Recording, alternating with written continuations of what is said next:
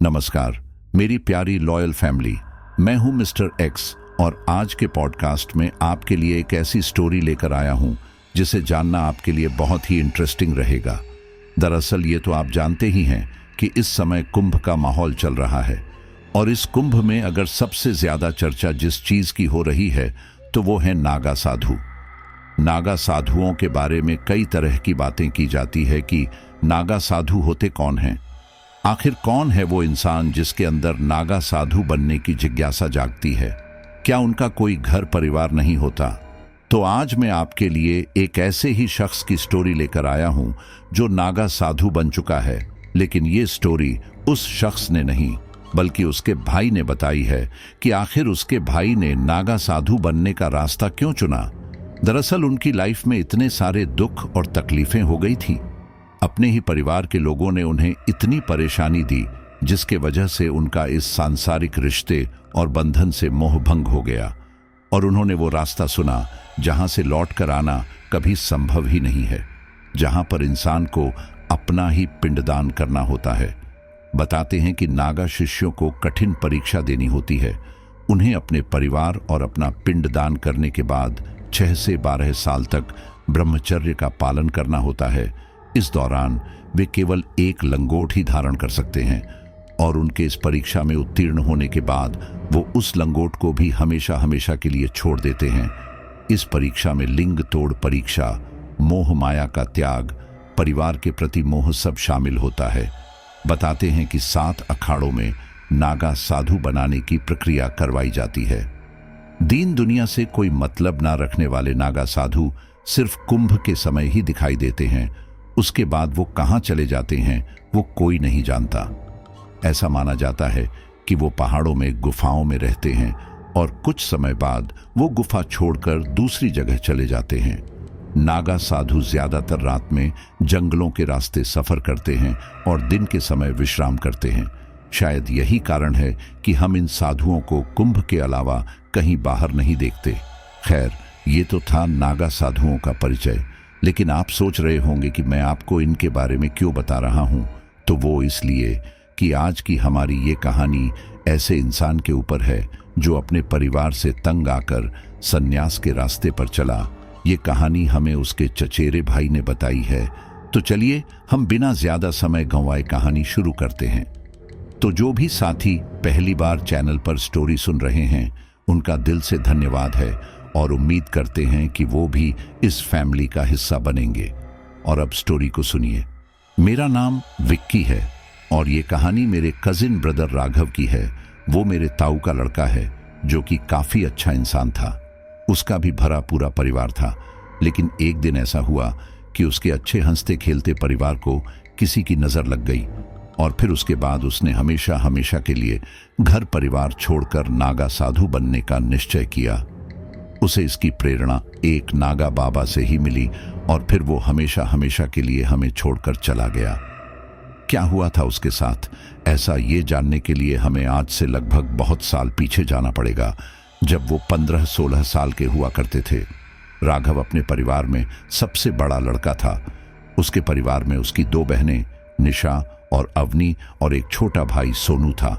उनके परिवार में उसके दादा दादी, माता पिता और भाई बहनों को मिलाकर लगभग 8 लोग थे। मेरे दादा दादी हमारे घर कम ही आते हैं, बस हमसे मिलने के लिए, और मैं यहाँ झूठ नहीं बोलना चाहता, लेकिन सच तो यही है कि उनके यहाँ न आने का कारण है मेरी माँ का तीखा बर्ताव। लेकिन ये बर्ताव उनका यूं ही नहीं था।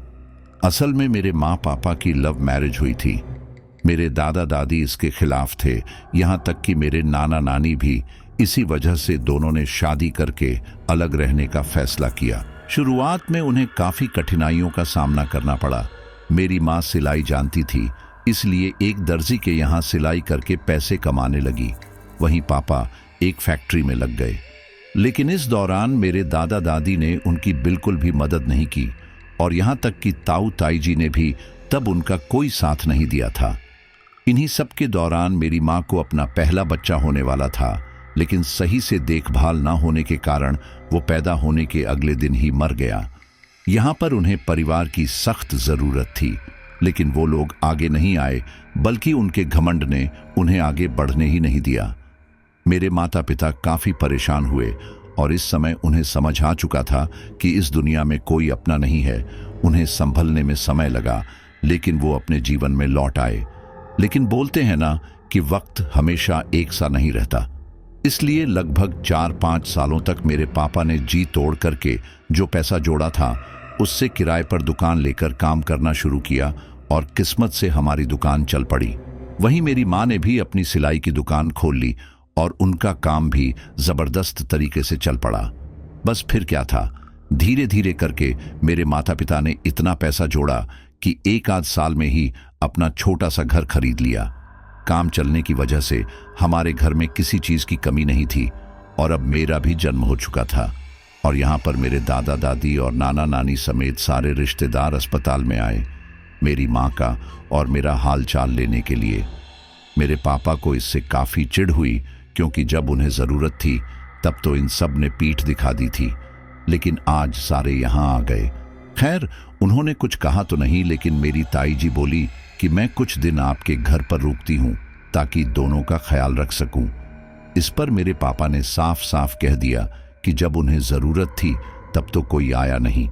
अगर आप लोग पहले हमारी मदद के लिए आए होते तो हमारा पहला बच्चा मरता नहीं। खैर, जो हुआ सो हुआ, लेकिन हमें जरूरत नहीं है आप सभी की। मैंने एक नर्स और काम वाली लगा दी है जो कि सारे काम के साथ साथ दोनों का ख्याल भी रहेगी। अब इसके आगे कोई कुछ बोला तो नहीं, लेकिन सबकी छाती पर सांप तो लौट ही रहे होंगे। खैर, ये तो थी मेरे परिवार की सबसे न बनने की बात। अब आगे आते हैं मेन बात पर। हाँ, तो मेरा कजन ब्रदर राघव काफी सीधा था। उनकी फैमिली कंडीशन अच्छी नहीं थी, इसलिए वो पढ़ाई छोड़कर फैक्ट्री में काम करके अपने परिवार की मदद करता था। और होता है ना, बड़े लड़के को तो ऐसे केस में बहुत ज्यादा पीस दिया जाता है। पूरा पूरा दिन वो काम में लगा रहता था, जबकि उसके छोटे भाई को काफी छूट मिली हुई थी। उसे इतना लाड प्यार से रखा जाता था कि हर चीज उसे दी जाती थी, क्योंकि वो लोग उसे पढ़ा रहे थे और उनके दिमाग में यही था कि आगे चलकर यही उनकी गरीबी दूर करेगा। बाकी राघव को ज्यादा कोई पूछता नहीं था। खैर, राघव अक्सर हमारे घर आता था। मेरी माँ राघव से बहुत अच्छे से बात करती थी। वो जब भी घर आते थे उन्हें खाना जरूर खिलाती थी और वो भी बहुत अच्छे से हमारे साथ रहते थे। माँ कभी कोई सामान मंगवाती तो वो ले आते थे। बहुत सीधा लड़का था वो। मुझे याद है, एक दिन वो शाम के समय घर आया था, तब माँ ने उसे मेरे साथ ही खाने के लिए बैठा दिया था। बातों बातों में मेरी माँ बोली, बेटा तुम बहुत सीधे हो और तुम्हारे घर वाले तेज तर्रार। तुम तो उनके लिए काम कर रहे हो, लेकिन तुम्हारी मेहनत को वो लोग बिल्कुल कम आंकते हैं। इसलिए तुम भी पढ़ाई लिखाई करो। बिना पढ़ाई के आजकल कुछ नहीं है। एक समय के लिए घर वाले साथ देना दे, लेकिन तुम्हारा ज्ञान जरूर तुम्हारा साथ देगा। तब राघव भैया ने निराशा भरी आवाज में कहा, पढ़ना तो मैं भी चाहता हूं, लेकिन क्या करूं, घर के खर्चे इतने हैं और छोटे भाई बहनों की पढ़ाई के कारण मैं पढ़ नहीं पा रहा। तब मेरी माँ बोली, अच्छा, तेरा छोटा भाई सोनू जो हर सप्ताह बाहर सिनेमा देखने जाता है, वो जरूरी है क्या? मैं देखती हूं उसे कि कितनी पढ़ाई करता है। वो पूरे दिन बस आवारागर्दी ही तो करता है। तू कमा कमा कर उसे पढ़ाई के नहीं बल्कि आवारागर्दी के पैसे दे रहा है, और फिर भी तेरी बिल्कुल इज्जत नहीं है। तेरे घर में कल मीठा आया था, वो भी तुझे खाने को नहीं मिला होगा, क्योंकि सारा उसकी कटोरी में जो गया था। मैं ये नहीं कह रही कि परिवार की मदद मत कर, लेकिन अपने लिए भी कर। तू भी अपनी पढ़ाई पूरी कर। तब वो बोला, लेकिन चाची, अगर मैं पढ़ूंगा तो काम कैसे करूंगा? माँ बोली, अरे आजकल बहुत सुविधा हो गई है, तुझे फीस भरनी है और घर पर आराम से पढ़ना है। वो कुछ सोचते हुए बोला, इस महीने तो पैसे नहीं है, अगले महीने देखता हूं। इसके बाद माँ कुछ नहीं बोली और अगले महीने तनख्वाह मिलते ही उसने अपनी माँ और दादी से कहा, मैं भी आगे पढ़ना चाहता हूं, इसलिए इस महीने मैं फॉर्म भर रहा हूं। ये सुनते ही पूरे घर में हाहाकार मच गया। तब दादी बोली, अरे क्या करेगा तू पढ़कर? सोनू को पढ़ा तो रहे हैं, और अगर तू पढ़ेगा तो घर के खर्चे कैसे पूरे होंगे? ये सुनकर राघव बोला, एक महीने सोनू सिनेमा नहीं देखेगा और इधर उधर पैसे नहीं उड़ाएगा तो सब हो जाएगा। लेकिन वो लोग तो सुनने को तैयार ही नहीं थे। वो लोग सोनू को ट्यूशन और फीस के नाम पर काफी पैसे दे रहे थे, लेकिन राघव के ऊपर पैसा खर्च नहीं करना चाहते थे। इसीलिए लाख मिन्नतों के बाद भी उन्होंने उसे पढ़ने के लिए पैसे नहीं दिए। राघव अब इसे ही अपनी नियति मानकर चलने लगा। लेकिन मेरी माँ ने हार नहीं मानी और राघव का फॉर्म भरवा दिया और उसे कहा कि वो ये बात अपने घर वालों को ना बताए। राघव ने ऐसा ही किया और अब राघव डेली हमारे घर आकर पढ़ने लगा। मैं कहना चाहूँगा कि राघव ने सच में डायरेक्ट चौका मार दिया था। पूरे 90% आए थे उनके। वहीं सोनू तो फेल ही हो गया था। इन सब के बाद राघव को समझ आ चुका था कि सोनू से तो कुछ नहीं होगा, वो ही कुछ कर सकता है, और उसने आगे पढ़ाई कंटिन्यू की।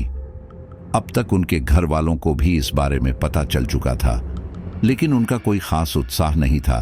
वह अभी भी सोनू के पीछे ही लगे थे कि वो ही कोई झंडे गाड़ेगा और राघव तो बस अपना टाइम ही खराब कर रहा है।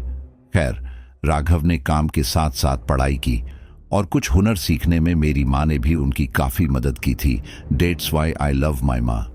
खैर, ऐसे ही 4-5 साल बीत गए एंड राघव अब एक अच्छी कंपनी में लग गया था और पैसे भी उसे अच्छे मिल रहे थे। वहीं सोनू का तो आप समझ ही रहे होंगे कि जो लोग सिर्फ आवारागर्दी में लगे रहते हैं उनके साथ क्या ही होता है। राघव के साथ एक लड़की काम करती थी, उसका नाम सोनल था। साथ में काम करते करते दोनों को एक दूसरे से प्यार हो गया और फिर राघव ने अपने घर वालों को सोनल के बारे में बताया ताकि वो लोग सोनल के घर वालों से उसके और सोनल के रिश्ते की बात करें। अब अगले दिन जब राघव काम पर गया, उसी दौरान मैं किसी काम से उनके घर आया, लेकिन वहां जो मैंने उनके घर वालों की बात सुनी, वो सुनकर तो मेरा सिर ही चकरा गया था।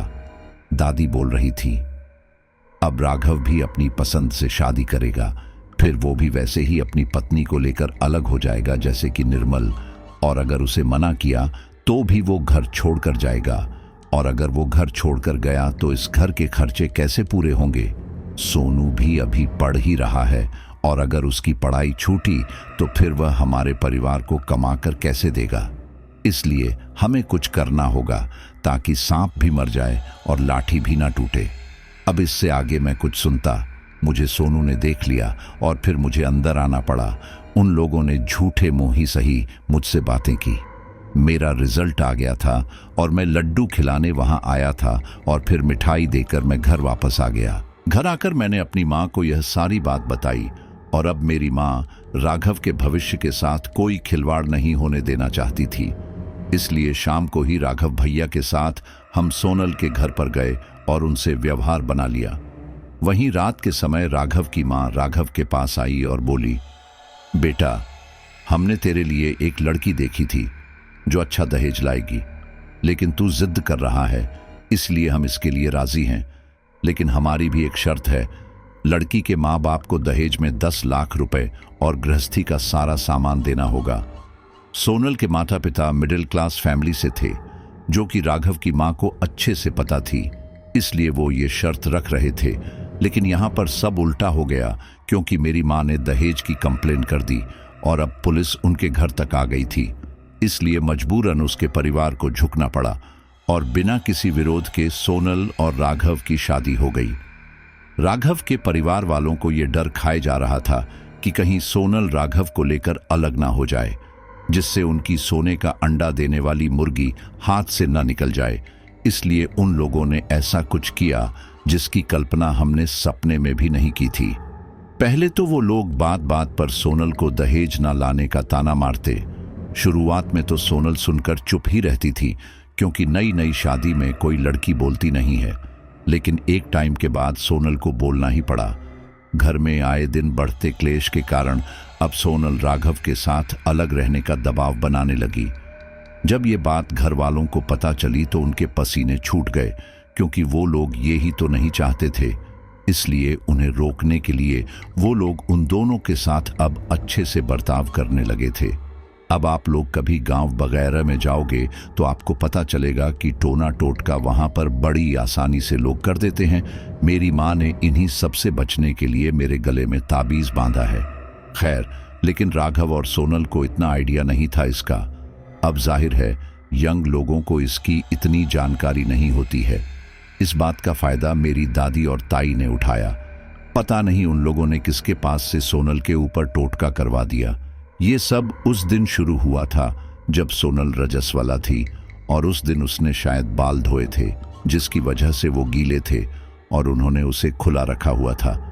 पता नहीं मेरी ताई ने उन्हें एक थाली में क्या दिया और कहा कि वो उनके साथ चलें। सोनल भाभी सिर पर पल्लू रखकर ऐसे ही उनके साथ जाने लगी। थाली के ऊपर लाल कपड़ा था, जिसकी वजह से भाभी को पता नहीं चला कि थाली में क्या था। वो भाभी को लेकर एक इमली के पेड़ के पास आई और उनसे उस थाली को वहीं रखने को कहा। भाभी ने उनसे पूछा कि ये आखिर वो उनसे क्या करवा रही हैं। तब उन्होंने उन्हें बोल दिया कि ये किसी तरह की कोई रस्म है जो नई बहू को करनी होती है। ये सुनकर भाभी कुछ नहीं बोली और फिर ताई जी ने एक टीका भाभी को लगाया और एक उस बरगद के पेड़ को। उसके बाद पता नहीं उन्होंने कौन से मंत्र पढ़ने शुरू किए। यहाँ पर जैसे जैसे ताई जी मंत्र पढ़ रही थी, वैसे वैसे भाभी का सिर भारी होता जा रहा था और एक टाइम के बाद वो बोली, माँ जी और कितना समय लगेगा? लेकिन वो कुछ न बोलते हुए चुपचाप मंत्र उच्चारण करती रही। कुछ ही देर में भाभी बेहोश होकर गिर पड़ी और जब उनकी आंख खुली तो वो अपने कमरे में अपने बिस्तर पर थी। उन्हें काफी तेज बुखार लगा हुआ था। डॉक्टर ने उन्हें दवा देकर आराम करने को कहा। भाभी आराम तो कर रही थी, लेकिन रात में जब वो सोने जा रही थी तब दादी कमरे में आई और उनसे बोली, सोनल तुम जरा मेन गेट पर ताला लगा दोगी? जी दादी, बोलकर भाभी उठी और दरवाजे के पास आई। जैसे ही वो दरवाजा लगाने लगी थी, वैसे ही किसी ने दरवाजा खटखटाया। भाभी ने जब दरवाजा खोला तो वहां कोई नहीं था। वो दरवाजे से बाहर की तरफ आकर यहां वहां देखने लगी, लेकिन सच में बाहर कोई नहीं था। अब इससे पहले कि वो वापस जाती, उन्हें एक तेज झटका लगा और वो वहीं पर गिरकर बेहोश हो गई। घर के सभी लोगों ने उन्हें बिस्तर पर लिटाया। उस समय सबको यही लगा कि बुखार की वजह से वो बेहोश हुई हैं, लेकिन असली कारण तो कुछ और ही था। इन सब के अगले दिन से सोनल भाभी के चेहरे का रंग उड़ा उड़ा सा लगने लगा था। आंखों के नीचे काले घेरे बनने लगे थे और उन्होंने खाना पीना बिल्कुल कम कर दिया था। जब भी हमारे घर में कुछ अच्छा बनता था, हम ताऊ जी के परिवार के लिए भी देकर आते थे। उस दिन भी मैं कोई मिठाई लेकर आया था। तब ताई जी ने मुझे वो मिठाई रसोई में रख कर आने को कहा। मैं जब रसोई में गया तो हैरानी से अपनी जगह पर ही जड़ हो गया, क्योंकि रसोई में मैंने सोनल भाभी को कच्ची अरबी खाते हुए देखा। वो बिना छीले एक के बाद एक कच्ची अरबी चबा चबा कर खाए जा रही थी। अगर कोई पकी हुई चीज होती तो समझ भी आता, लेकिन कच्ची अरबी, ये मुझे काफी अजीब लगा। लेकिन फिर अगले ही पल मैंने खुद को संभाला और कहा, क्या भाभी राघव भैया कुछ खिलाते नहीं क्या, जो ऐसे कच्ची अरबी खा रहे हो? ये सुनकर भाभी ने मुझे देखा और मुझे घूरा। मैं बता नहीं सकता कि वो मुझे कितने ज्यादा खतरनाक ढंग से घूर रही थी। मैं इससे काफी असहज हो गया था, इसलिए अगले ही पल मैंने कहा, सॉरी, ये लीजिए मिठाई। बोलकर मैंने वो मिठाई रसोई में रखी और फिर तेजी से वहां से चला गया। लेकिन जैसे ही मैं जाने के लिए पलटा तो मुझे दोबारा से वही अरबी खाने की कचर कचर की आवाज सुनाई दी। मैं घर गया और अपनी माँ को ये बात बताई। ये बात उन्हें भी काफी अजीब लगी, क्योंकि कच्ची अरबी खाना कोई आम बात तो नहीं है। ऊपर से उनका मुझे फाड़ खाने वाली निगाहों से देखने, मतलब ये कुछ तो गड़बड़ था। मेरी माँ ने इस बारे में मेरे पापा से बात की और फिर शाम को राघव भैया को बुलाकर उन्हें समझाया कि वो जल्द से जल्द सोनल भाभी को किसी अच्छी जगह दिखा दें। राघव भैया घर आए एंड उन्होंने इस बारे में सोचा कि शायद भाभी की तबीयत कुछ सही नहीं थी, इसलिए उन्होंने सोचा कि किसी अच्छी डॉक्टर को ही दिखा दिया जाए, क्योंकि यंग लोग इन बातों में नहीं मानते। डॉक्टर ने जब भाभी का चेकअप किया तो उनके शरीर में काफी कमजोरी निकली, इसलिए उन्होंने उन्हें ग्लूकोज की 2 बोतलें चढ़ाई और कुछ दवाएं वगैरह देकर घर भेज दिया। लेकिन सोनल भाभी का अजीब व्यवहार अब भी जारी था और एक रात जब वो भैया के साथ सो रही थी तो देर रात अचानक से उठी और राघव भैया का गला दबाने लगी। भैया इसके लिए तैयार नहीं थे और गर्दन पर दबाव महसूस होते ही वो उठ बैठे और फिर जैसे तैसे उनसे अपनी जान छुड़वाकर कमरे से बाहर भागे। उन्होंने रात में ही सबको उठाया और इस बारे में बताया। उस रात घर में कोई भी ढंग से सो नहीं पाया। भाभी की ऐसी हालत बीमारी की वजह से नहीं हो सकती थी, इसलिए उन्हें कमरे में बंद रखा गया। भाभी कमरे से बाहर निकलने के लिए चीखती रही, लेकिन कोई उन्हें निकालकर अपने लिए मुसीबत मोल नहीं लेना चाहता था। भाभी उस कमरे में लगभग 12 से 18 घंटे कैद रही थी और इंसान को बाथरूम वगैरह तो आता ही है, उस कमरे में कोई बाथरूम भी नहीं था। भाभी बार बार सबसे बोलती रही कि उन्हें बाथरूम जाना है, दरवाज़ा खोलो, लेकिन किसी ने दरवाज़ा नहीं खोला। हाँ भैया कई बार दरवाज़ा खोलने के लिए आगे बढ़े, लेकिन घर वालों ने उन्हें रोक दिया। अब कितना भी बड़ा इंसान हो, ज़्यादा समय तक बाथरूम रोकना किसी के लिए भी संभव नहीं है, ऊपर से औरतों के लिए तो ये बहुत मुश्किल है। और यहाँ पर भी यही हुआ। भाभी ने कमरे में बाथरूम कर दिया। इसके लिए भाभी को बहुत बुरा लगा, लेकिन वो करती भी क्या, ये बात उस समय हमें पता नहीं थी। इस वजह से हम उन्हें बचाने नहीं आ पाए और उन लोगों ने भी घर के हर इंसान को चुप रहने को कहा, क्योंकि अगर बाहर वाले को ये पता चल जाती तो समाज बिरादरी में उनकी बहुत बदनामी होती। खैर उसी दिन शाम को ताऊजी एक तांत्रिक को घर ले आए और उस तांत्रिक ने ही कमरे का दरवाज़ा खोला। उसने पाया कि भाभी कमरे में एक कोने में बैठकर सुबक रही थी। जमीन पर उनका बाथरूम भी पड़ा हुआ था, जिसे देखकर ताई जी मुंह बनाते हुए बोली, छी देखो तो, इस लड़की को जरा सा भी सब्र नहीं है, इसे इतनी बड़ी होकर कमरे में बाथरूम कर दिया।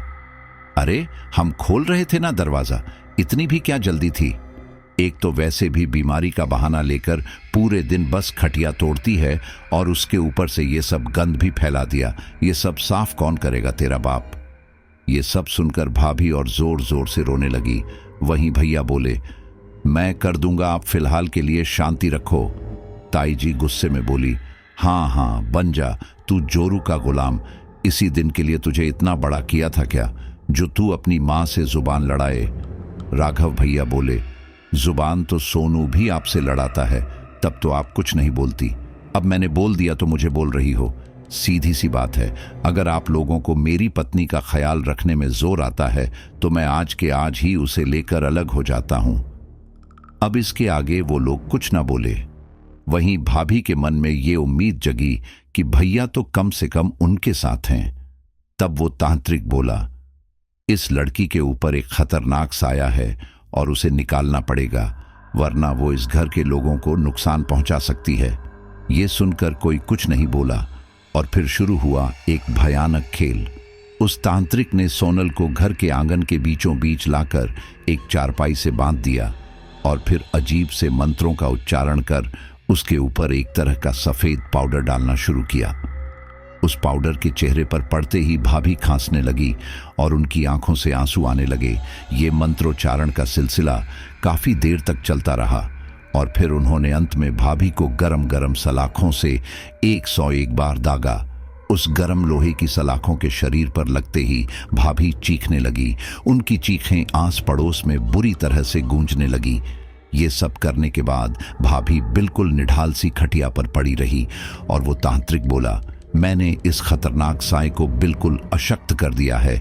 अब ये आप लोगों को परेशान नहीं कर पाएगी, लेकिन फिर भी आप लोग ध्यान रखिएगा, क्योंकि इस साए से पूरी तरह से छुटकारा पाने के लिए कम से कम 18 दिन तक मुझे इसके साथ अलग अलग क्रियाएं करनी पड़ेगी। ये बोलकर वो तांत्रिक चला गया। उनके जाते ही राघव अशक्त पड़ी हुई सोनल के पास आए। उनकी आंखों में आंसू थे और वो भरे गले से बोले, सोनल तुम ठीक तो हो ना। भाभी ने नामे अपनी गर्दन हिला दी। अब भैया कुछ और बोलते, ताई जी पीछे से बोली, इस लड़की के ऊपर ये चक्कर पहले से ही था। अच्छी मुसीबत घर ला दी तूने सच में। अब भुगत, वो दिन दूर नहीं जब वो इस घर के सारे लोगों को निगल लेगी। अब भी वक्त है, इस लड़की को हमेशा हमेशा के लिए छोड़ दे। इस पर राघव कुछ नहीं बोले। भाभी को देख देख कर उनका मन भारी होता जा रहा था। खैर रात में ताई जी और उनकी बेटियों ने खाना बनाया और उन्होंने भाभी के लिए एक थाली में खाना लगा दिया। वैसे तो भाभी के हाथ अब तक खुल चुके थे, लेकिन कमजोरी की वजह से वो दीवार से पीठ टिकाकर बैठी थी। इसलिए भैया ने अपने हाथों से भाभी को खाना खिलाया। 2-4 निवाले खाने के बाद भाभी को पता नहीं क्या हुआ कि वो भैया को अजीब तरह से घूरने लगी। भाभी को यूं देखकर भैया बोले, क्या हुआ सोनल, तुम मुझे ऐसे क्यों घूर रही हो? लेकिन भाभी कुछ नहीं बोली और अब इससे पहले कि वो कुछ समझ पाते, भाभी ने एकदम तेजी से उनके ऊपर झपट्टा मारा और फिर उनकी छाती पर नाखून गाड़ने लगी। भैया ने उन्हें अपने ऊपर से हटाने की बहुत कोशिश की, लेकिन ना जाने भाभी के अंदर उस समय इतनी शक्ति कहां से आ गई थी। भैया की आवाजें सुनकर घर के सारे लोग दौड़कर वहां आए और उन्होंने भाभी को पकड़कर भैया से दूर किया। भाभी भैया के ऊपर हमला करने के लिए दोबारा से जोर लगा रही थी, लेकिन सबकी पकड़ के आगे वो बिल्कुल लाचार थी। खैर, उन सब ने मिलकर भाभी को दोबारा से कमरे में बंद कर दिया। भाभी पूरी रात दरवाजा पीटती रही, लेकिन किसी ने दरवाजा नहीं खोला। ये भाभी का भैया के ऊपर दूसरा हमला था और अब ताकि ये दोबारा ना हो, इसलिए सबने भाभी को कमरे में बंद रखने का ही सोचा। अगले दिन शाम के समय वो तांत्रिक दोबारा आया और फिर दरवाजा खोला। दरवाजा खोलते ही उसने ताऊ जी और सोनू को इशारा किया और फिर वे दोनों भाभी को जबरन पकड़कर कमरे से बाहर ले आए। अब तक भाभी सामान्य हो चुकी थी, लेकिन कोई भी रिस्क नहीं लेना चाहता था, इसलिए वो लोग आंगन में आते ही भाभी के ऊपर डंडे बरसाने लगे ताकि उनका शरीर दोबारा कोई हरकत करने लायक ना रहे। जब भाभी लगभग अचेत हो गई, तब उस तांत्रिक ने दोबारा से अपने तंत्र मंत्र का भयानक खेल खेला। उसने अजीब से मंत्रों का अनुसरण करना शुरू किया, जिसकी वजह से भाभी को काफी तकलीफ हो रही थी। भाभी का लगभग अचेत पड़ा शरीर उठ खड़ा हुआ और फिर भाभी ने अपने बाल खोलकर गोल गोल घूमना शुरू किया। एक तो इतनी मार, ऊपर से इस तरह नाचने पर उनका क्या हाल हुआ होगा, ये आप समझ ही सकते हैं। उनके चेहरे पर थकावट और पीड़ा के भाव साफ देखे जा सकते थे, लेकिन वो पता नहीं क्यों रुक नहीं पा रही थी। ये देखकर राघव से रुका नहीं गया और वो दौड़कर भाभी के पास आए, लेकिन इससे पहले कि वो भाभी को रोकते, उनके पिता और भाई ने उन्हें कसकर पकड़ लिया। आस पड़ोस के लोग अपने अपने घरों से निकलकर ये सब देखने लगे थे। कुछ देर बाद उस तांत्रिक ने एक सफेद सा पाउडर भाभी के ऊपर डाल दिया। वो पाउडर पड़ते ही भाभी जोर से चीखी, लेकिन वो तांत्रिक यहीं नहीं रुका। उसने अपने मंत्रोच्चारण और वो पाउडर छिड़कने का सिलसिला जारी रखा। लगभग 1 घंटे तक ये सब चलता रहा और उसके बाद भाभी बेहोश होकर गिर पड़ी। उनके बेहोश होते ही तांत्रिक बोला, ये काफी हद तक काबू में है, लेकिन पूरी तरह से नहीं। इससे सब लोग दूर ही रहना, वरना ये मार डालेगी। बोलकर वो तांत्रिक वहां से चला गया। वहीं आस पड़ोस में ये खबर आग की तरह फैल गई। ये खबर हमारे घर तक भी आई। मेरी माँ को इसमें ताई जी का कोई षड्यंत्र नजर आया और उन्होंने सोनल भाभी के घर वालों को खबर की। वो लोग उसी शाम को घर आए और राघव भैया के घर वालों से बहुत झगड़ा किया। तब राघव ने उन्हें बताया कि सोनल भाभी किस किस तरह की हरकतें कर रही थीं। पहले तो उन्हें यकीन नहीं हुआ और उन लोगों ने उस कमरे का दरवाजा खोल दिया और दरवाजा खोलते ही भाभी उनके ठीक सामने मौजूद अपनी मां पर झपट पड़ी। सब लोगों ने जैसे तैसे उन्हें भाभी से छुड़वाया और अब उन्हें भी इस बात पर यकीन हो चुका था कि भाभी के ऊपर कोई खौफनाक साया है। खैर, भाभी के शरीर में ज्यादा ऊर्जा नहीं बची थी। वो कई दिनों से इस शारीरिक और मानसिक यातना का शिकार हो रही थी। राघव उसकी सहायता करना तो चाहता था, लेकिन कर नहीं पा रहा था। खैर, अगले दिन दोबारा से वही तांत्रिक आया और उसके एक इशारे पर दोबारा से भाभी को जबरन पकड़कर बाहर लाया गया और बाहर आते ही दोबारा से उनके ऊपर डंडे बरसाए गए। भाभी के शरीर में अब बिल्कुल ताकत नहीं बची थी और वो तंत्र मंत्र का खेल ऐसी हालत में दोबारा से शुरू हो गया था। उनको आंगन में ही मौजूद पेड़ से बांध दिया गया और उनके सामने आग जलाकर कोई अजीब सा पाउडर उसमें डाला गया। उस पाउडर और धुएं के कारण सभी को काफी खांसी हो रही थी और भाभी तो उसमें सबसे आगे खड़ी थी। भाभी को काफी खांसी हो रही थी। ऊपर से वो तांत्रिक भाभी के ऊपर चाबुक जैसी किसी चीज से वार करने लगा था। इन सब का असर ये हुआ कि कुछ ही देर में भाभी एकदम बेसुध हो गई। उनके बेसुध होते ही उस अग्नि को शांत किया गया और फिर वो तांत्रिक बोला, आज का भी सब लगभग ठीक से हो गया, अब बस कुछ दिन और। बोलकर वो तांत्रिक वहां से चला गया और राघव भैया दौड़कर भाभी के पास आए उन्हें खोलने। लेकिन जब वो उनके पास आए तो पाया कि भाभी के शरीर में कोई हरकत नहीं हो रही थी। जब घबराते हुए भैया ने उनकी नब्ज टटोली तो पाया कि वो मर चुकी हैं। ये देखकर भैया वहीं बेहोश हो गए। भाभी ये सब यातनाएं सहन नहीं कर पाईं और उन्होंने अपना शरीर छोड़ दिया।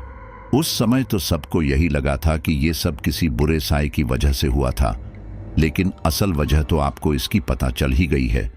लेकिन बुरा करने वाला इसका फल भोगता जरूर है, क्योंकि कुदरत कब कैसे किसके सामने आ जाए कह नहीं सकते, और यही यहाँ पर भी हुआ। भाभी का अंतिम संस्कार होने के बाद उनके माता पिता तो वहां से जा चुके थे, सब कुछ वापस पटरी पर आने लगा था। लेकिन राघव भैया भाभी के जाने के बाद बुरी तरह से टूट चुके थे। आखिर कितना प्यार करते थे वो उनसे, और उनका साथ कितनी जल्दी उनसे छूट गया। इन सब के कुछ दिन बाद जब राघव भैया की बहन निशा अपनी माँ के साथ रसोई में काम कर रही थी तो उसे एक तेज झटका लगा।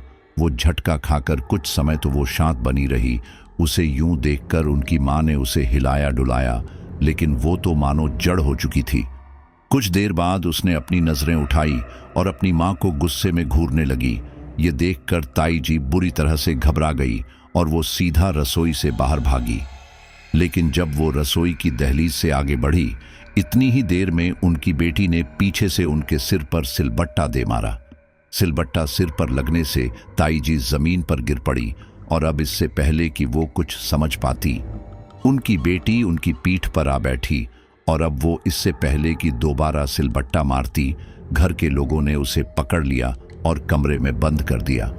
ताई जी के सिर पर काफी चोट आई थी, लेकिन भगवान की दया से वो बच गई। वहीं दूसरी तरफ निशा अब सामान्य हो गई थी और वो बार बार दरवाजा पीट पीट कर बाहर निकलने की गुहार लगा रही थी। लेकिन अब सबके मन में ये डर बैठ चुका था कि कहीं ये दोबारा किसी और पर हमला ना कर दे, इसलिए वो कमरे के अंदर ही बंद रही, और इस दौरान उसका भी बाथरूम सब उस कमरे के अंदर ही हो रहा था। अब तक ताई जी की पट्टियां वगैरह सब हो चुकी थी, और एक दिन अस्पताल में रहने के बाद वो घर वापस आ गई थी। अपनी बेटी को इस तरह से देखकर उनका कलेजा फट पड़ा और वो सबसे बोली, अरे क्यों मेरी बेटी को ऐसे बंद किया हुआ है, भगवान के लिए उसे बाहर निकालो। ये सुनकर राघव भैया बोले, निशा के ऊपर किसी प्रेत का साया है, इसलिए उसने आपके ऊपर हमला किया, और अब जब तक उसका उपचार नहीं हो जाता कोई उसे बाहर नहीं निकालेगा। ये सुनकर ताई जी लगभग चीखते हुए बोली, ये सब झूठ है, मेरी बेटी बिल्कुल ठीक है। उनके लाख बोलने के बावजूद किसी ने भी उनकी नहीं सुनी, और निशा 3-4 दिन तक ऐसे ही कमरे में कैद रही। जब इतने दिनों तक निशा सामान्य बनी रही तो सबने दरवाजा खोला। दरवाजा खोलते ही कमरे के अंदर से एक तेज मलमूत्र की गंध सबको आई। वहीं निशा इन सब से इतनी ज्यादा आहत हुई थी कि न जाने कितने ही दिन वो सदमे में रही। खैर, अब घर वापस सामान्य हो गया था। सब लोगों को यही लगा कि शायद सोनल भाभी की आत्मा ऐसे उन्हें परेशान कर रही थी, इसलिए उन लोगों ने घर पर हवन करवाया। हवन के दौरान काफी अजीब अजीब चीजें हुई। कुंड की अग्नि बार बार शांत हो रही थी। ये सब देखकर वो पुजारी बोले, आपके घर में नकारात्मक ऊर्जा है, कैसे भी करके उन्हें निकालना पड़ेगा, नहीं तो अनर्थ हो जाएगा। अब ये सब सुनकर उन सभी के हाथ पांव फूलने लगे, क्योंकि ये कोई छोटी बात तो है नहीं। खैर, उस पंडित के जाने के बाद सब लोग किसी सिद्ध पुरुष को ढूंढने लगे कि तभी राघव भैया बोले, वो बाबा जिसने सोनल की बाधा उतारने की कोशिश की थी, उन्हें बुलाते हैं, आखिर वो भी तो सिद्ध पुरुष हैं। ये सब सुनकर उन सभी के चेहरों पर हवाइयां उड़ने लगी। तभी ताऊ जी बोले, वो बाबा हिमालय गए हुए हैं और अब पता नहीं कब तक आई, इसलिए हमें किसी और को ढूंढना होगा। इसके बाद राघव ने ज्यादा बहस नहीं की और अब वो सारे अपनी जान पहचान के लोगों से किसी सिद्ध पुरुष का पता बताने को कहने लगे। इन्हीं की सबके दौरान एक रात दादी पेशाब जाने के लिए उठी।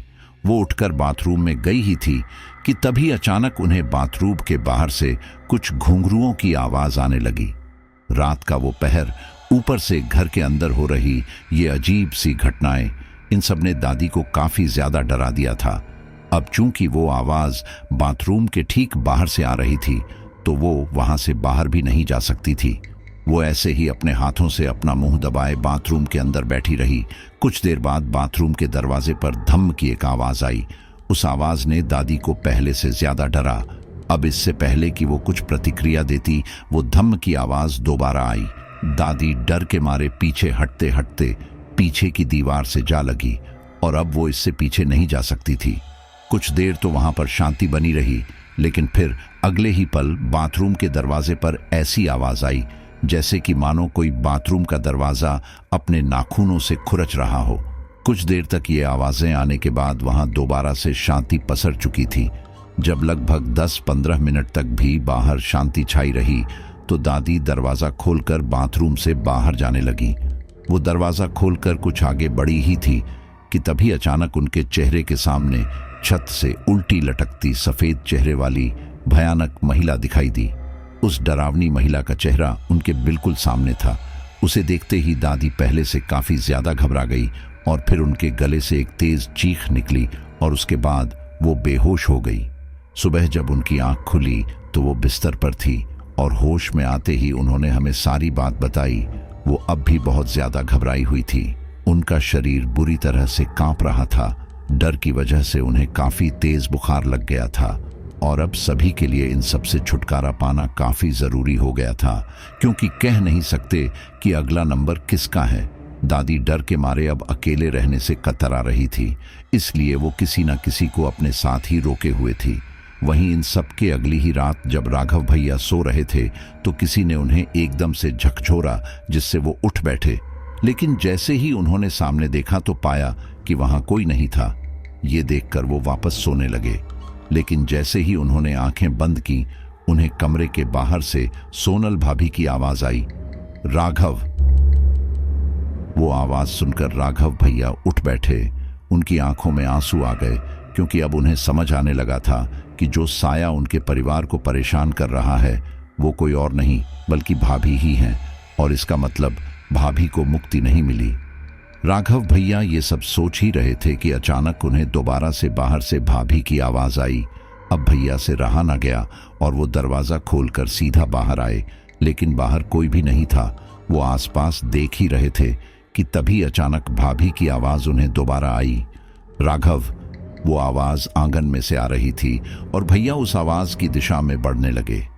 आंगन में आकर उन्होंने देखा कि आंगन में मौजूद उसी पेड़ से जिससे मरने से पहले भाभी बंधी हुई थी, अब भी बंधी हुई थी, लेकिन इस दौरान उनका चेहरा सफेद था और आंखों की पुतलियां गायब थी। राघव भैया भाभी से अब भी बहुत प्यार करते थे, इसीलिए सब जानते हुए भी कि वो उन्हें नुकसान पहुंचा सकती है, वो उनके पास आए और उनकी रस्सियां खोलने लगे, लेकिन उनकी रस्सियां खुल ही नहीं रही थीं कि तभी अचानक भाभी की आवाज उनके कानों में पड़ी, राघव, ये ऐसे नहीं खुलेगी। भैया हैरानी से बोले, लेकिन क्यों? भाभी बोली, क्योंकि मुझे एक षड्यंत्र के तहत मारा गया था राघव, और अब मेरी आत्मा भी उसी अदृश्य साये के साथ ही रहती है। मुझे ऐसे नहीं रहना, प्लीज मुझे बचा लो। ये सुनकर भैया बोले, देखो रो मत, मैं तुम्हें इन सब से आजाद करने की पूरी कोशिश करूंगा, लेकिन तुम क्या बोल रही थी कि तुम्हें किसी षड्यंत्र की वजह से इसमें फंसाया गया है, लेकिन किसने ये किया? भाभी बोली, किसने नहीं किया बोलो, इस काम में तुम्हारा पूरा परिवार मिला हुआ है। कोई रस्म करने के नाम पर तुम्हारी माँ मुझे अपने साथ ले गई और वहां पर पता नहीं कौन सा टोटका किया कि एक बुरी आत्मा ने मेरे ऊपर कब्जा किया, और ये ठीक हो सकता था, लेकिन बीच बीच में तुम्हारा पूरा परिवार मेरे खाने में तंत्र मंत्र करके आई हुई कुछ सामग्री मिला देता, जिसकी वजह से धीरे धीरे उस आत्मा ने मेरे पूरे शरीर को जकड़ना शुरू कर दिया। लेकिन ये लोग यहाँ भी नहीं रुके। उन लोगों ने एक तांत्रिक को पैसा देकर घर पर बुलाया, लेकिन उस तांत्रिक से उन लोगों ने कहा कि मेरे शरीर में मौजूद उस साये को निकालना नहीं है, बल्कि ऐसा कुछ करना है जिससे वो विचलित होकर मुझे और परेशान करे। और हुआ भी ऐसा, और आखिर में मैं जब पूरी तरह से खोखली हो गई तो मैं मर गई। मैं तुम्हारे साथ अपनी पूरी जिंदगी बिताना चाहती थी, लेकिन तुम्हारे परिवार से हमारी खुशी देखी ना गई। तब राघव हैरानी से बोला, लेकिन मेरे परिवार वाले ऐसा क्यों करेंगे? भाभी बोली, क्योंकि वो नहीं चाहते थे कि तुम और मैं साथ में रहें, क्योंकि अगर ऐसा होता तो तुम्हारी कमाई पर तुम्हारे घर वाले अपना अधिकार नहीं जता पाते, और अगर तुम्हारे और मेरे बच्चे हो गए तब तुम अपने अपने बच्चों को पालने पर ध्यान दोगे, ना कि अपने आवारा भाई बहनों पर। तुम्हारे परिवार वाले तुम्हारे भाई बहनों को तुम्हारी कमाई से कितने ऐश से रखते हैं, और उन्हें जब जो चाहिए होता है खरीद लेते हैं, और तुम्हें तो एक जोड़ी कपड़ा भी दिवाली के समय ही लेने दिया जाता है।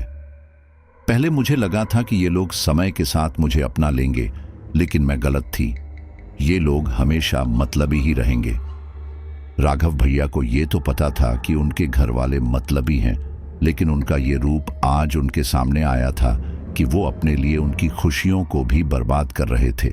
और अब राघव ने सोच लिया था कि वो सोनल भाभी की आत्मा को मुक्ति दिलवाकर अपने परिवार को एक सबक सिखाएगा। अगले दिन सब बिल्कुल सामान्य चल रहा था। ताऊ जी सबके लिए ताबीज ले आए थे ताकि कोई साया उन्हें परेशान ना कर पाए, लेकिन राघव भैया ने वो ताबीज पहने से साफ इनकार कर दिया और फिर वो किसी काम का बोलकर घर से बाहर चले गए। शाम को जब वो घर वापस आए तो उनके साथ वही तांत्रिक था जिसने कि भाभी की बाधा उतारने के नाम पर छल किया था। उसे देखकर पूरा परिवार घबरा गया। वहीं ये देखकर राघव भैया बोले, ये देखो मैं बाबा को ले आया, लेकिन आप लोग इतने परेशान क्यों लग रहे हो? इस पर ताई जी बोली, नहीं कुछ नहीं, लेकिन इस पर कुछ होगा भी या नहीं, क्योंकि ये सोनल को उस दुष्ट आत्मा से तो उसे बचा नहीं पाया। ये सुनकर वो तांत्रिक बोला, तब की बात और थी, और आज मैं आप लोगों को इससे छुटकारा जरूर दिलवा सकता हूं। ये सुनकर बाकी लोग कुछ ना बोले, और फिर घर के आंगन में उसी पेड़ के पास एक कुंड में अग्नि प्रज्वलित करके एक अनुष्ठान किया गया। कुंड में अग्नि के जलते हुए वो तांत्रिक मंत्रोच्चारण कर रहा था।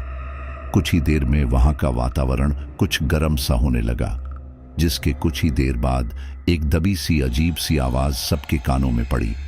वो आवाज भाभी की थी, जिसे सुनकर घर के सारे लोग घबरा गए, लेकिन राघव अब भी शांत बना हुआ था। कुछ देर बाद ताई जी को भाभी की आवाज आई, मुझे मारा था ना, अब मैं तुम में से किसी को नहीं छोड़ूंगी और इसकी शुरुआत मैं तुमसे करूंगी। मेरे राघव को बहुत ठग लिया तुम लोगों ने।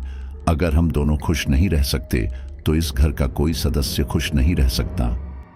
ये सुनकर ताई जी काफी ज्यादा घबरा गई, लेकिन अब इससे पहले कि वो ये सबको बताती, उन्हें एक तेज झटका लगा, जिससे कुछ देर तो वो शांत रही और उसके बाद उन्होंने ताऊ जी का सिर पकड़कर दीवार से दे मारा। इन सब के कारण परिवार के सारे लोगों को ताई जी को रोकने आना पड़ा, और जैसे ही दादाजी उनके पास आए, ताई जी ने उन्हें एक तेज धक्का दिया और वो सीधा कुंड में जा गिरे। ऐसा होते ही वो अनुष्ठान बंद करना पड़ा और राघव भैया उठकर ताई जी को पकड़ने लगे। राघव भैया ने उन्हें पकड़ लिया और उनके ऐसा करते ही ताई जी एकदम बेसुध सी हो गई।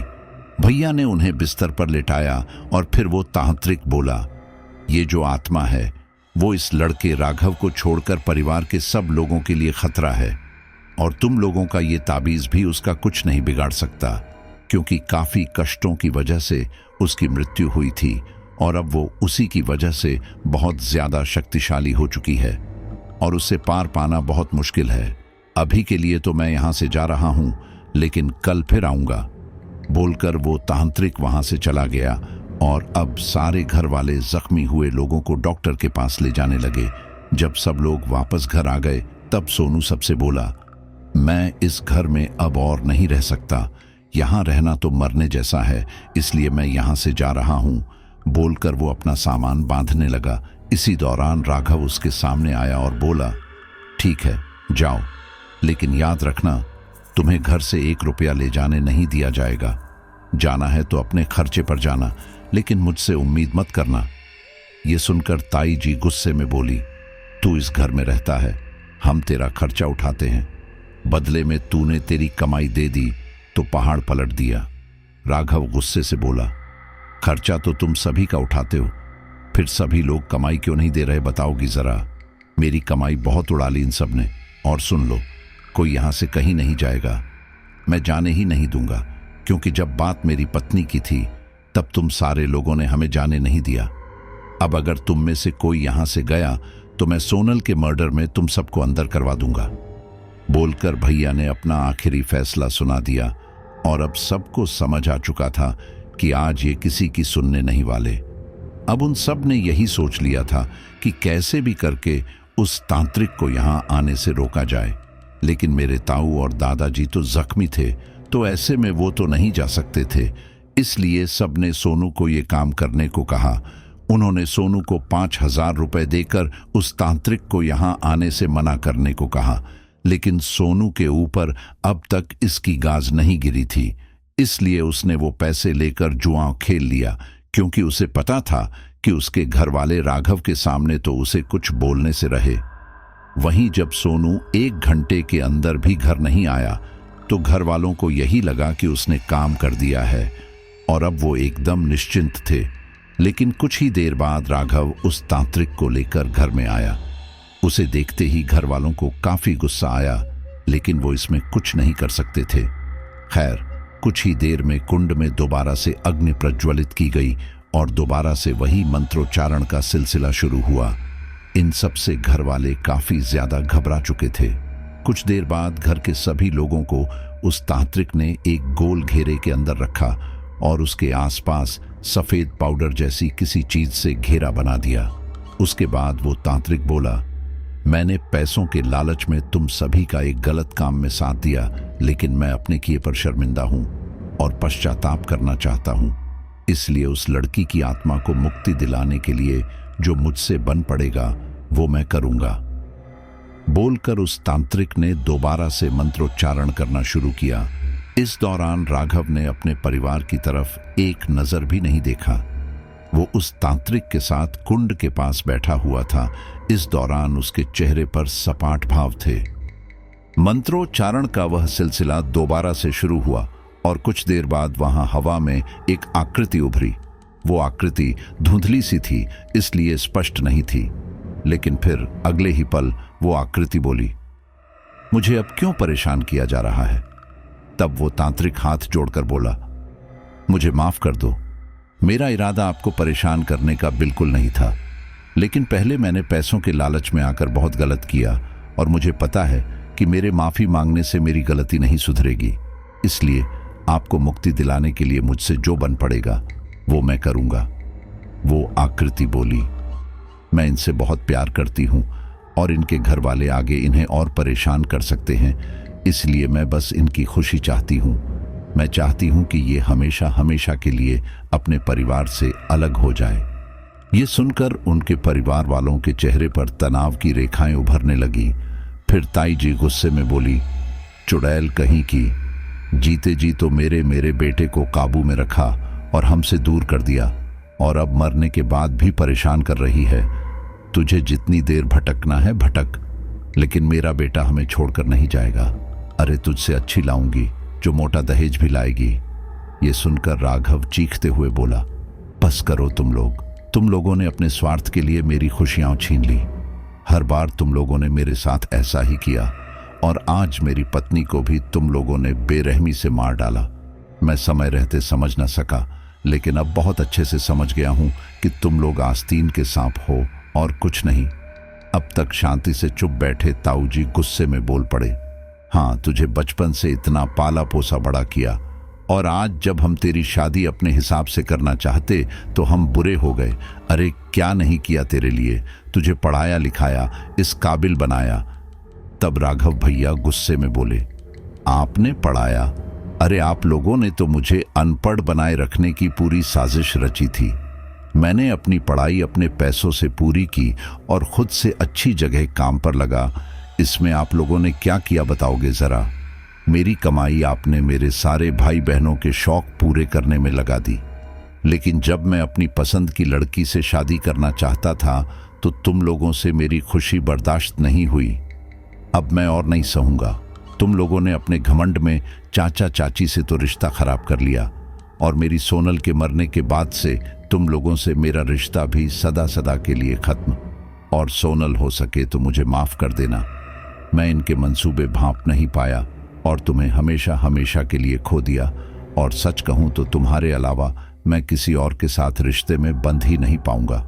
उसके बाद वो तांत्रिक बोला, हम इस लड़की की आत्मा को मुक्ति दिलाने के लिए एक साधना करेंगे जिससे ये इस जीवन मरण के चक्र से आजाद हो जाएगी। इस पर राघव ने सहमति में सिर हिला दिया। इसके बाद उस तांत्रिक ने उनको एक लाल धागा बांधा और फिर वहां से चले गए। उनके जाने के बाद सारे लोग उस गोल घेरे से बाहर आए और राघव भैया से लड़ने लगे, लेकिन भैया ने कुछ नहीं कहा। ठीक इसी दौरान सोनू घर आया। तब उसे देखते ही राघव भैया बोले, मेरी मेहनत के 5,000 रुपए तुम लोगों ने इसे जुआ खेलने के लिए दे दिए। ये सुनकर सब लोगों का मुंह बंद हो गया और फिर राघव भैया ने अपने 2 जोड़ी कपड़े लिए और उसी समय घर से निकल गए। वो वहां से हमारे घर आए और हमें सारी बात बताकर फूट फूट कर रोने लगे। वो भाभी से बहुत प्यार करते थे और उन्होंने इतना कुछ अपने परिवार के लिए किया। इसके बावजूद उनके परिवार वाले उनकी खुशियों के आड़े आए। खैर, अगले दिन भैया ने भाभी की आत्मा की शांति लिए वो अनुष्ठान करवाया और उसके बाद भाभी की आत्मा ने कभी किसी को परेशान नहीं किया। वहीं दूसरी तरफ इन सब का 1 महीना होने को आया था, लेकिन राघव भैया अभी तक अपने घर नहीं गए थे। ताऊ ताई दादी सबने हमारे घर आकर भाई को मनाने की बहुत कोशिश की, लेकिन वो नहीं माने। वो उस घर में बिल्कुल नहीं जाना चाहते थे जहां उनकी पत्नी की हत्या की गई हो। उनके घर वाले इस आस में थे कि कभी ना कभी तो राघव भैया का गुस्सा शांत होगा तो वे घर वापस आएंगे। उन लोगों को अब राघव भैया की जरूरत महसूस हो रही थी, क्योंकि उनके आधे से ज्यादा खर्चे राघव भैया उठाते थे और ऐसे में उनका उस घर से जाना काफी मुश्किलें खड़ी कर रहा था। ताई जी कई बार हमारे घर आई और राघव भैया को इस बात का हवाला दिया कि उसके छोटे भाई बहनों को 2 समय का खाना भी मुश्किलों से नसीब हो रहा है, इसलिए वो अपने भाई बहनों की खातिर लौट आए। लेकिन राघव भैया ने उनसे कोई बात नहीं की। इन सब के कुछ दिन बाद माँ ने कुंभ के मेले में जाने का प्लान बनाया और हम राघव भैया को भी अपने साथ लेकर गए। राघव भैया का मन अब इन सब से ऊब गया था और इसलिए यहाँ आकर साधुओं की संगति में रहकर उन्हें एक बहुत अच्छी अनुभूति हुई। वो अपने परिवार के इतने बड़े धोखे के कारण काफी परेशान थे और अब वो इन सब से हमेशा हमेशा के लिए दूर होना चाहते थे, और महज 25 की उम्र में उन्होंने हमेशा हमेशा के लिए हम सभी का त्याग कर दिया। हालांकि मेरे पिता ने उन्हें रोका, लेकिन फिर मेरी माँ बोली, ये जीवन भर दूसरों की खुशी के खातिर लगा रहा और आज जब ये अपनी खुशी की खातिर कुछ करना चाहता है तो हम इसे क्यों रोके। बेटा, जिस राह पर तुम जा रहे हो वो आसान नहीं है, लेकिन अगर तुम यही करना चाहते हो तो मैं तुम्हें नहीं रोकूंगी। शायद यही तुम्हारी नियति थी। उसके बाद उन्होंने आखिरी बार माँ पापा के पांव छुए और फिर चले गए। अगले ही दिन उन्होंने अपना और हमारे पूरे परिवार का पिंडदान किया और उसके बाद अपनी अगली परीक्षा के लिए उन नागा साधुओं के साथ चले गए। नासिक में लगा वो 2015 का कुंभ का मेला आखिरी बार था जब मैंने राघव भैया को देखा था। उसके बाद तो मैं आज तक उनसे मिलने के लिए हर कुंभ में जाकर अपने भाई को देखना चाहता हूं, लेकिन इतनी करोड़ों की भीड़ में मुझे मेरे राघव भैया आज तक नहीं मिले। वैसे सच कहूं तो वो मुझे कभी मिल भी नहीं सकते। अगर हमारा आमना सामना हुआ भी तो भी हमारे बीच पहले जैसे रिश्ता नहीं रहेगा। बस मैं यही चाहूंगा कि राघव भैया जहां हो वो बिल्कुल ठीक हों। तो साथियों, जो थी एक नागा साधु के बनने की कहानी की, आखिर क्यों इंसान सभी सांसारिक रिश्तों को तोड़कर उस रास्ते पर जाना चाहता है। आप सभी ने ये तो काफी सारी स्टोरी सुनी होगी कि नागा साधु क्या करते हैं, क्या खाते हैं, कैसे रहते हैं और क्या उनकी जीवन शैली होती है, लेकिन ये कभी जानने की कोशिश नहीं की होगी कि क्यों इंसान नागा साधु बनने के लिए प्रेरित होता है। दरअसल नागा साधु बनने के बाद इंसान सभी रिश्तों से दूर हो जाता है और जो इस माया से, इस संसार से, रिश्तों से उब जाता है वही तो उस रास्ते पर जाने की कोशिश करता है। और ये बात सही भी है कि इस संसार में भगवान के सिवा हमारा कोई नहीं है। ये रिश्ते नाते केवल कुछ समय के लिए हमें मिले हैं जिन्हें हमें निर्वहन करना होता है, लेकिन हम इन्हीं रिश्तों से अपना लगाव बना बैठते हैं। इन्हीं रिश्तों को सोचते हैं कि जैसे ये 7 जन्मों का प्रीमियम हो गया हो, लेकिन गारंटी एक भी जन्म की नहीं है। तो उम्मीद करता हूं इस स्टोरी से आपको काफी कुछ जानने को मिला होगा, नागा साधु के बारे में जानने को मिला होगा, और मुझे इंतजार रहेगा आपके कमेंट्स का। मैं आपके हर कमेंट्स का जवाब देने की कोशिश करूंगा। अब उन लोगों के नाम लेते हैं जिन्होंने स्टोरीज में अपने नाम हमें सजेस्ट किए हैं। राजू कोरी जबलपुर, महेश विश्वकर्म निर्मला मुंबई, सूरज कुमार मुशाहिद बुदौन यूपी, महेंद्र सिंह गुजरात, मुन्ना पांडे आजमगढ़, मंदिरा रवेल हिमाचल प्रदेश, सचिन यूपी। आपका बहुत बहुत धन्यवाद। और इस स्टोरी में हमारी हेल्प की है ममता सहाय ने। मिलते हैं आपसे जल्द ही अगली स्टोरी पर।